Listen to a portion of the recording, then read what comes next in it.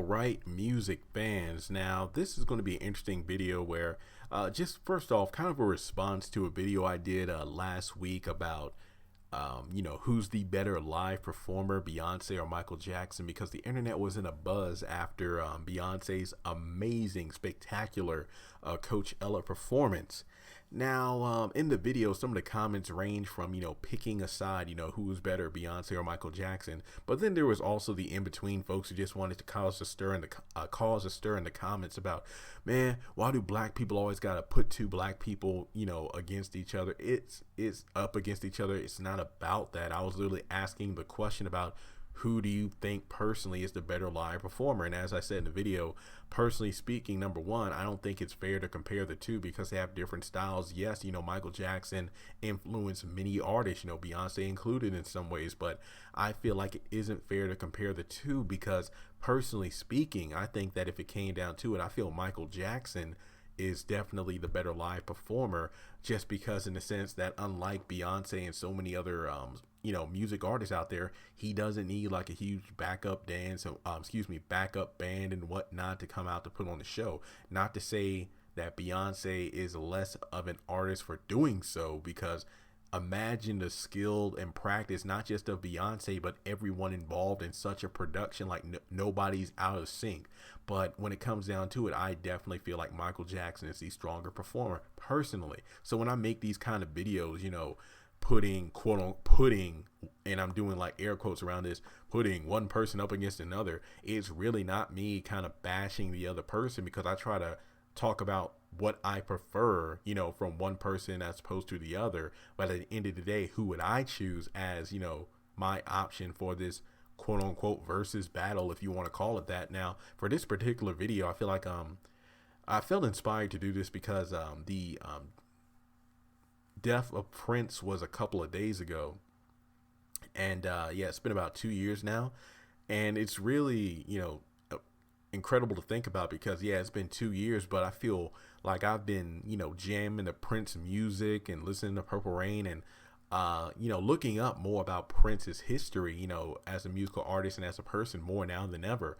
And I feel like if there was one YouTube channel I would highly recommend, it would be called, I believe it's called Prince's Friend. I actually just found it a couple of weeks ago, where this guy goes into great detail on pretty much every Prince album, The Time, Sheila E., pretty much anybody who had like a, Prince helped out on music or whatnot. He goes into review. He's very good at what he does. And if you can go there, help him out by subscribing to his channel, I would highly recommend it if you're a Prince fan. And also, there is a Michael Jackson. There's a young boy that does a Michael Jackson channel. I forgot the name, but at the end, in the description below, I'll put a link to the channel. Again, another great YouTuber who does video breakdowns of albums of Michael Jackson. Now, I don't know about you, but I'm one of those shallow music listeners where I'll listen to like the singles, but I'm not really down for listening to all the tracks on albums. So when it comes to Prince, there are just so many great songs that I never listened to ever. But after listening to Prince's Friend talk about the backstory and whatnot, I went on Spotify to kind of, go through a binge session of listening to, Sign of the Times and Around the World in a Day, pretty much every song aside from Raspberry Beret. But with that being said, I'll leave links to those two channels in the description below, and I might actually try to put the subscribe buttons at the end of this video that should pop up. But basically, to get down into it, this video is pretty much Prince versus Michael Jackson. And to be honest, I don't even know how to break this video down, because I don't think there's a good way to compare these two, because they are both rock stars, like, gods, if you will, of music in their heydays, especially during the 80s. And it's just amazing to compare the two. Now, don't get me wrong, when it comes down to, like, if you were to ask me as a fanatic which one would be the one you choose, Michael Jackson, because without a doubt I have like, gloves, like, I mean, like 3 or 4 of the glittery gloves, rhinestone gloves. I mean, obviously not real, but glittery gloves. I have a Michael Jackson Jerry curl, like from his Thriller days and whatnot, because I actually got the Thriller jacket, the Beat It jacket, and the Motown 25 Billie Jean jacket. and a fedora hat. So definitely, don't get me wrong, Prince is awesome, but I don't think I could rock a lot of his outfits, because most of there's some stuff that only Prince could rock, as a man, you know what I mean? So yeah, like there are no bottomless pants in my closet. Let's put it that way. But yeah, when it comes down to it, there are just so many ways you can break these two down if you want to talk about a versus category: fashion, um, influence on the culture, music, instrumentalist, and things of that nature. But let me just put it this way: instead of talking about who's better than who, I kind of want to maybe highlight some of the things that maybe one is more recognized for than the other. Because when somebody says the word Michael Jackson, I immediately think of dance. Like, yes, Thriller, Billie Jean. But in terms of like when I'm thinking about Michael Jackson and Prince, when somebody says the words Michael Jackson, I immediately think, moonwalk. So I'm generally geared towards his dance movements and maybe a couple of songs. When I think Prince, when somebody says Prince, I immediately think Purple Rain, without a doubt, Purple Rain. So when it comes down to it, I feel like in terms of dancing, I definitely feel like Michael Jackson, fantastic dancer, because his dance moves influence so many artists today. Like you see the Michael Jackson and so many other people that do music videos and live performances when they're dancing. When it comes to Prince, I feel like songwriting. I feel like when it comes to in two categories, songwriting as well as instrumentalist, I feel like it's definitely Prince, in terms of musical talent, because he played so many instruments as well as writing songs. And what really amazed me, how Tyler Perry, is known for like writing, producing, and directing pretty much all of his own stuff, movies and whatnot. And Taylor Swift, she writes and stuff for all of her songs. Well, back in her day when she first got started, Prince, whenever he would do demos and albums, he would be the only one in the credits, from writing, recording, instrumental, vocals. Especially again, Prince's friend, phenomenal job when he breaks it down. He talks about how he would do all this stuff, and sometimes like when doves cry. One day he got a phone call about coming up with a song that would be a hit single before Purple Rain ever came out, and then the next morning he's like, I got a song for you, and next thing you know, when doves cry is like a #1 hit. So I feel like when it comes down to it, not to mention Prince, writing and giving songs to other artists. I mean, wow. Yeah, so Prince in those two categories. Fashion icon. When the Thriller came out, everybody wanted that. When everyone wanted the Beat It jacket, everybody would walk around with one glove. I feel like in terms of iconic, it was definitely Michael, but I feel like Prince definitely was more of a controversial, pushing the boundaries kind of thing in terms of how far can I go in terms of his fashion and music. It was more raunchy and provocative, because what was it, if I'm not mistaken, Darling Nikki from the Purple Rain album was the reason that the parental advised sticker is on albums today. So it's kind of ironic because Prince was the reason why there were warning labels on records about crude music, whereas Michael Jackson's music video was the reason why black artists were able to be put on MTV or VH1. So yeah, they're both trendsetters and glass breakers or glass ceiling breakers by their own styles. So sadly, we never got to see those two collaborate on music. Like the story of Bad, where Michael was in a meeting at his house with Quincy and Prince, and Prince was in a Chris Rock interview and was like, the first line of that song was "Your butt is mine," and I know you're not going to say it. I'm not going to say that to you, and I sure know you ain't going to say that to me. And then he walked and got out of there. But I was kind of disappointed because it would have been so cool. They were kind of like the Biggie and Tupac of the 80s, but I never really thought of it that way in terms of who this guy is going to beat this guy up. It was like they're both very creative people in their own right, and I respect them. But in terms of music, like I feel like I'm definitely a bigger Michael fan than Prince fan, but that's because I feel like there are way more songs that I listen to from Michael and could understand even as a child, as opposed to Prince, where, you know, listening to him now, I really have a bigger appreciation of his music, because especially the raunchy music, where like from the Controversy and his early work. What was it, like the For You album? Yeah, like, yeah, For You, Soft and Wet. Good song, you know, now that I listened to it for the first time ever, like a few weeks ago. But yeah, there are so many songs that I didn't understand or could grasp as a kid. And to be honest, you know, the 80s were their heydays, but then you had Prince, you know, fighting with his record label, and then changing his name to the unpronounceable symbol, and doing his own thing. So his music sales took a decline. So that's one reason why I quote unquote fell out of Prince music after maybe Sign of the Times or Raspberry Beret, because, you know, most of his albums really weren't out for sale or being promoted, because he was doing his own thing. He was fighting with Warner Brothers at the time. And then for Michael, his fall from grace was to hold child you know, charges and whatnot. So that's when I feel like when Michael, I think maybe after the Dangerous album, that's when I kind of fell off his, in terms of like, you know, new albums. I mean, I was born in 91, so obviously most of his albums were already out before I was born, but, you know, I kind of lost interest. I think that off the History album, You Are Not Alone was probably my only favorite song, and then after that I wasn't really a fan of his newer music. And then off the Invincible album, Butterflies, highly underrated song, and You Rock My World, that was an okay song. But I feel like with Prince, you know, he definitely stayed relevant, even though he wasn't on the radar as, say, Michael was for being controversial.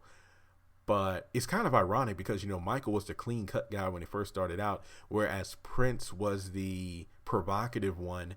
And then as time went on into the new decade, that's when, you know, Michael kind of fell from grace because, you know, all the allegations and whatnot. So he was pretty much kind of, for lack of a better phrase, on the run, you know, like he couldn't go anywhere in terms of people are always talking about, you know, not just the court cases, but, you know, the plastic surgery and whatnot. And then Prince, you know, he became more clean cut and religious and whatnot in his music. So he was able to be listened to by a lot of people. But I think like his last three albums I didn't even listen to until a week or so ago. So yeah, honestly, this video didn't really go where I thought it would go. I can't even decide on who I feel is the better artist. But as I mentioned before, I don't really feel it's fair to compare the two because they both are legends in their own respects. I mean, yeah, when I think Prince and Michael Jackson, you know, I feel like in terms of albums, Purple Rain is my favorite Prince album. And Michael Jackson, my gosh, that is a tough one. I gained a huge respect for Off the Wall after the Spike Lee documentary came out. I think it was Off the Wall's like what 40th anniversary or something like that, or something. I think it was like a couple years ago in 2016. They re-released Off the Wall, then the Spike Lee documentary came out, and he already did the Bad. Same thing with the Bad album, where Bad 25 came out, and they released the Bad Spike Lee documentary. So I think it was the 30th anniversary of Off the Wall. I think it was the 30th or something like that. But yeah, I still got it. I just love it when I learn more about the backstory behind the tracks and whatnot. And I feel like Bad was definitely one of my favorite Mike albums because of the fact that he wrote a lot of the material when he was starting out on like Off the Wall and Thriller. He didn't write as many songs that I thought he did, but I still love the albums. But with Michael is kind of tough because with Purple Rain, the movie, which was phenomenal, I feel like Purple Rain in itself was like a Prince biopic in a sense, but also like a huge music video for all of the songs in the movie. So with Purple Rain, it makes sense where I can say like, hey, I love that album from start to finish. With Off the Wall, Bad, and Thriller, the thing is, I like select songs from the albums, but I can't say that I love the entirety of one album versus another. So with Mike, it's like I just love his compilation albums for, you know, like the number ones and whatnot. But I appreciate tracks like Human Nature and Man in the Mirror and She's Out of My Life. But overall, I just love both of these artists so much. And hopefully as time goes on, because I think there are these video series out there on like, you know, Facebook and YouTube where it's like old people listen to Nicki Minaj or young people listen to Michael Jackson for like the first time. And you know what's amazing about those videos, I think the Michael Jackson one I watched a couple years ago, it really warmed my heart because when the kids were talking about, Michael, I think I watched a Thriller video on Halloween. You know, they're little kids, and what I liked about it is they talked about the music. I think maybe one or two of the kids actually think that said that, you know what, I think Michael, he went to court or something for getting in trouble, but they didn't know the full story and whatnot. Because to me, that shows that as the decades go on, these legends will be remembered for their music, not so much the controversy. Because, you know, regardless how you feel about the child molestation and whatnot, because honestly, I don't think he did. That's just my opinion. I feel like his music stands the test of time. It's definitely amazing. Because the funny part about the video was the kids, you know, as they watch from like, you know, Rock with You to Thriller to Bad and then Black or White, they kind of were like, wait, that's the same guy? Because obviously Michael Jackson from Off the Wall era looked completely different from Bad, You Rock My World, Black and White. They were just like, oh my, what is that the same guy? So that was pretty funny. So the plastic surgery thing is probably still, I feel like if anything else aside from music, the plastic surgery will be the big thing people are remembering for Michael Jackson. But if I'm not mistaken, what in next year in 2019, that's going to be the 10-year anniversary of MJ's passing, and we just hit 2 years for Prince. But when it comes to Prince, I mean, that vault with all that music in there, my gosh, that is just, he's going to be, I mean, I remember watching his appearance on the George Lopez Tonight Show or whatever, and he talked about how that vault was pretty much designed so, you know, even the music will last him, like, you know, he has enough music to put out an album like every year for like the next 20-30 years or so, or whatever the case may be. So yeah, those two. And Michael of course has music that's released as well from I guess you can call it a vault, but I feel like Prince is the one that's really associated with the word vault, while all these other artists have unreleased music. So with that being said, I hope that these two, and just as an inspiration to everybody out there, it's cool to kind of do that kind of thing. Like, you don't have to be a celebrity or a music artist or, you know, movie star or whatever, but I try to live my life in a way that I leave a legacy behind that people remember me by. Because as a kid, I remember being afraid of dying, you know, but, you know, as I went to church and whatnot and time went on and, you know, I started to live a little, I just realized that it really isn't so much about dying. It's about being forgotten. So I try to do stuff that maybe people remember me by. It's like, you know, YouTube, that's pretty cool in itself because, you know, unless YouTube gets deleted or whatever in the future, you know, as time goes on, maybe people can look back at these videos and, you know, kind of remember me for that. But being a kind person, because sometimes the little things you do for other people will resonate with them for the rest of their life without you knowing it. So with that being said, hey, I didn't even think I would end the video on such a positive note. Michael and Prince, I feel like I can pick one over the other in certain categories, but to be honest, I don't think I can pick one in terms of being the better overall artist, because both were humanitarians in their own right. Both were just overall great people. And one thing to take from their deaths is the fact that there are just so many behind the scenes stories that you never even heard of. And like from the mouths of Michael and Prince, I mean, when you have their friends and whatnot and former colleagues come on TV or in books and talk about fun times they had together, it's like, well, hey, you know, that Michael on stage isn't the one I know because he was such a, you know, fun guy and whatnot. So yeah, that's pretty cool. So with that being said, in the comment section below, what do you think about Prince and Michael Jackson? Do you feel one is better than the other, or are you kind of split like me in the sense that they can be thought of as better than the other in certain categories, but you just love them both? So if you like what you heard, feel free to comment your thoughts and please subscribe.